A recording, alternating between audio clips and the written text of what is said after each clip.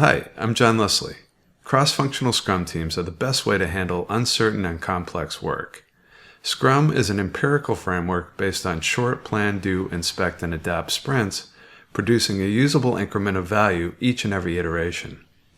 This template provides a product backlog for organizing, prioritizing, and sizing epics and user stories, along with a feature roadmap and a reusable sprint board. Let me walk you through it. So Scrum begins in the product backlog, where we're organizing our epics, our user stories, setting priorities, risk, doing some relative sizing, maybe tagging to releases, so on and so forth. When a user story is ready to begin, it's as simple as dragging and dropping it to that team's current sprint board, like so. Here you can see that it's auto-tagged as not started through an automation. If I scroll over to the relations column in the backlog, pointing back to this sprint board, you're able to see that as this gets pulled into in development, that's automatically reflected back here in the backlog as well.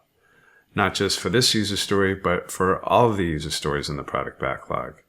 If it gets pulled into QA review, again, that's automatically reflected back here in the product backlog, all the way through to ready for release.